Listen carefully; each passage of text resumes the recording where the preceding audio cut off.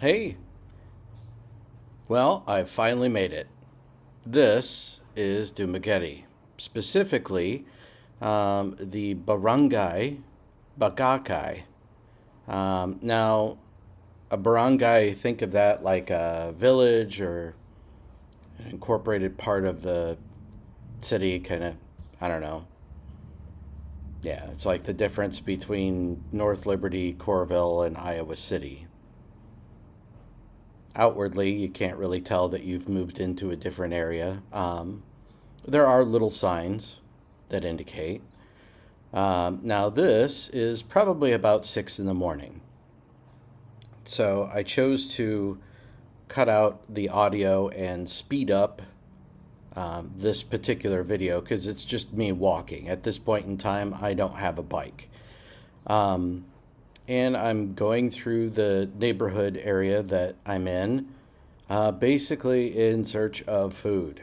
Um, there's one of those weird little stray dogs, and he's chasing another dog across the street as everybody zips by. If you see my arm raise up, it's because it is really hot. So, to give you an idea, by 6 a.m. in the morning, it's probably 85 degrees with 85% humidity. In the time it takes me to walk, it probably raises um, about 15 degrees. It gets even warmer. If you manage to pause at some point in time, um, you can actually see the sweat beating on my arm. The heat's pretty intense. Um, a lot more than what I was expecting. Um, you'll notice how green and lush it is. And much like Cebu, there's definitely a difference between those who have money and those who don't. And, I was thinking about this, and it occurred to me that maybe the entire reason why it's so really apparent out here, the differences, is because there's, in the US, it's there as well, right? We see it, but we don't, you can always tell when you've run into a neighborhood that's money, people who have money, like a lot, but they're usually quite separate. It's one of the things about the US. Everything is, you know, spaced out. Here, that's not a luxury they really have. So, as a consequence, it's just kind of the way things work.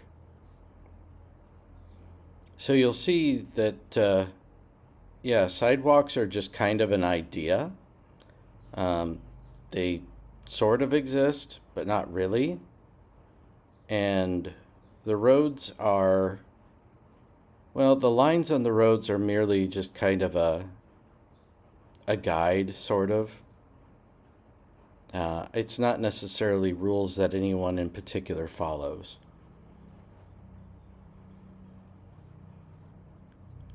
But going through here, I did notice like there were a lot of different places that were getting opened up. But this stays busy like this, where the roads are, I wouldn't say this is busy. This is actually pretty calm.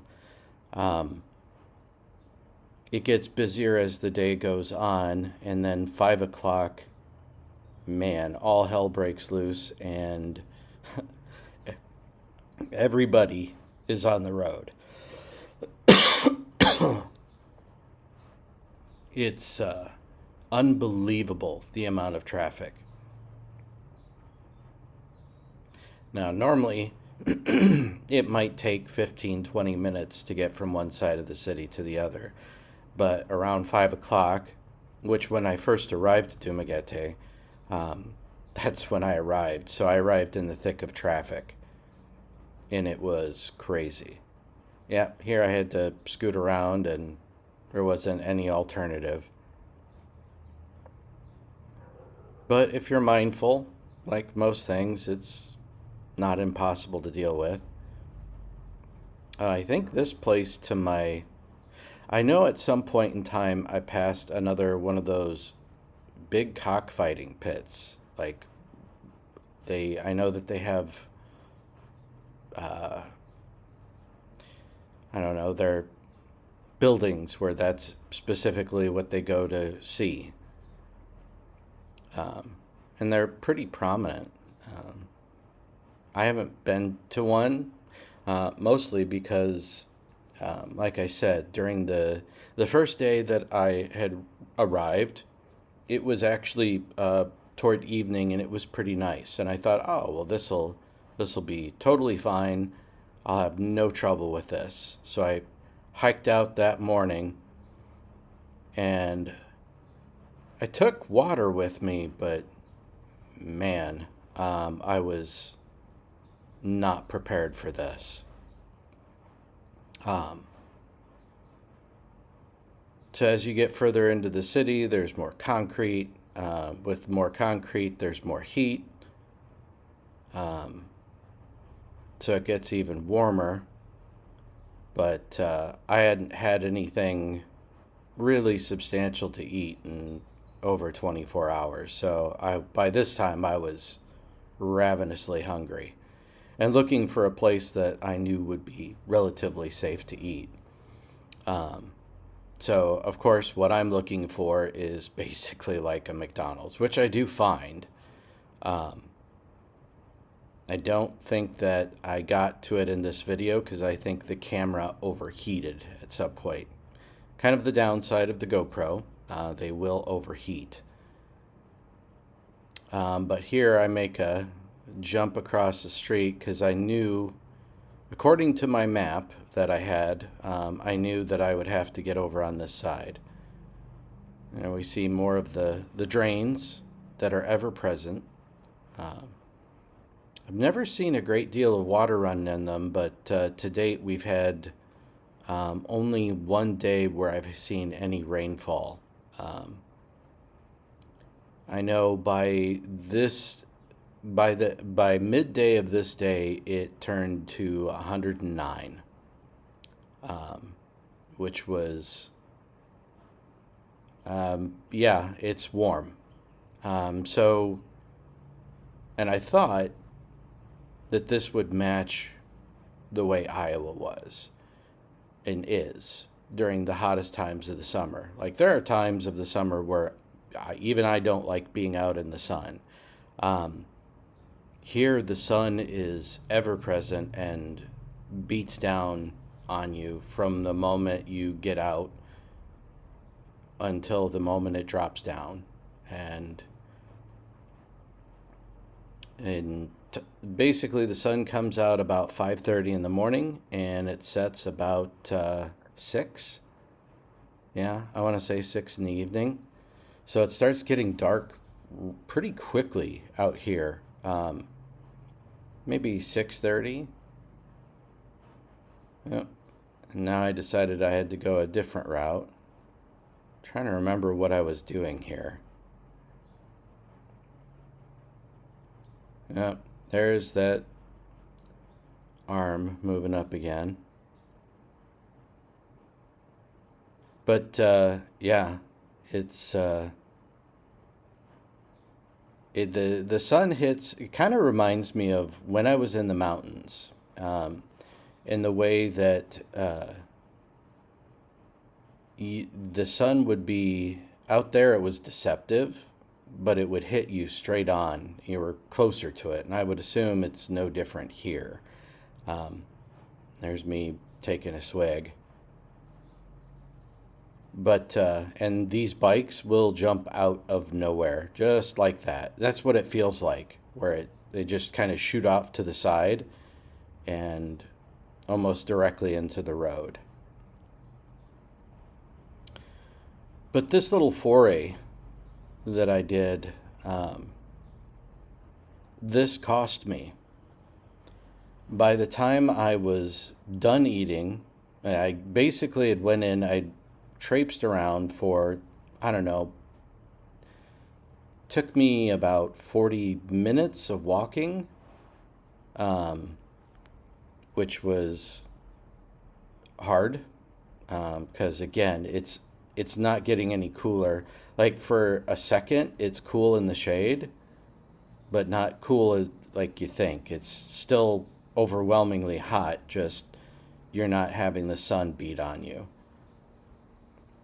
Um, there's Robinson's Mall, which is the big mall. I haven't been into it because it doesn't open until later in the day. And yeah, I'll get to that later. But yeah, by midday, by I would say 10 or 11, you're already into the mid 90s, which means the way that it feels is well over 100. So by the end of this little trip, I was completely exhausted, wiped out. I think I slept for 3 or 4 hours, woke up, and ate some leftovers that I had brought from McDonald's, which wasn't much, and then decided I would just wait until the next day, hopefully, when I would get a bike. So, of course, that's going to be in another video, but for here, I'm just trying to figure out what I'm going to do. Because I'm looking at my phone and I'm looking at the map and I'm looking around and it's at this gas station. And they have service attendants at the gas station. So you don't pump your own gas in the Philippines. It's all done by an attendant who takes your money and then, will fill up and then take your money. But I think some of them actually take the money first. Yeah, this is me trying to figure out, let's see, how am I going to cross the road? Okay, let's do it now. Nope. Nope, now we will. Zoom.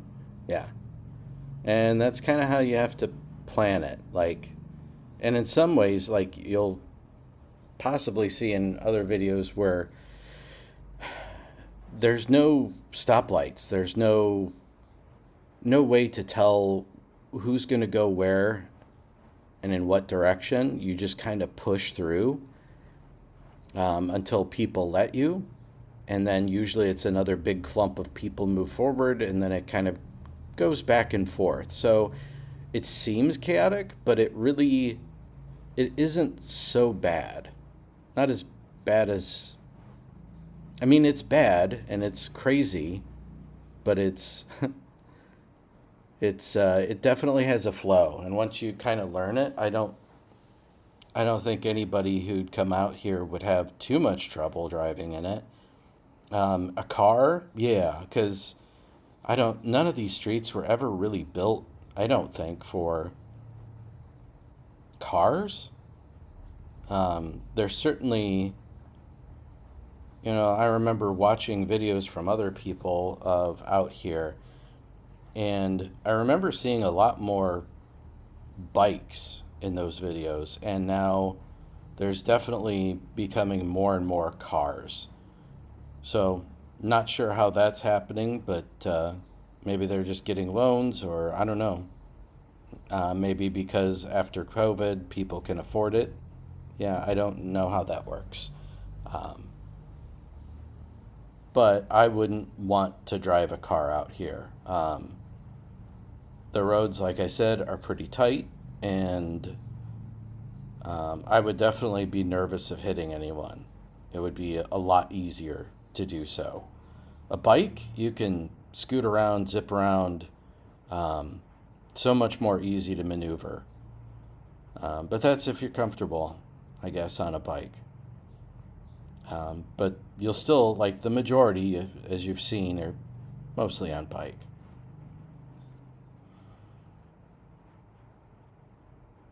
And like almost everything out here is gated. So you never see a property that isn't gated unless it's completely wide open, maybe for sale, or in the case of a business, but then it has shutters or anything like that. But if it's any other type of property, no, it's fully gated. Some of them have razor wire. The one I'm living in is probably 10-foot high black iron gating. So definitely formidable and says stay out. So I don't know how much it stops people, but maybe it does. I don't know how prevalent that problem is either, though. But as we can see, finally, there it is, the Golden Arches. Um, I had, that was an interesting breakfast. I had rice with a couple of sausage patties, gravy, and an egg as one of the things. And that's not something you can get in the U.S., but it was really tasty. I enjoyed it. And I certainly, as hungry as I was, I absolutely enjoyed it. Um, and I believe in front of me might be an expat. I don't know. I saw a few on my first venture out. I think I saw three. So more common than you might think. Well, that's it for now. See you next time.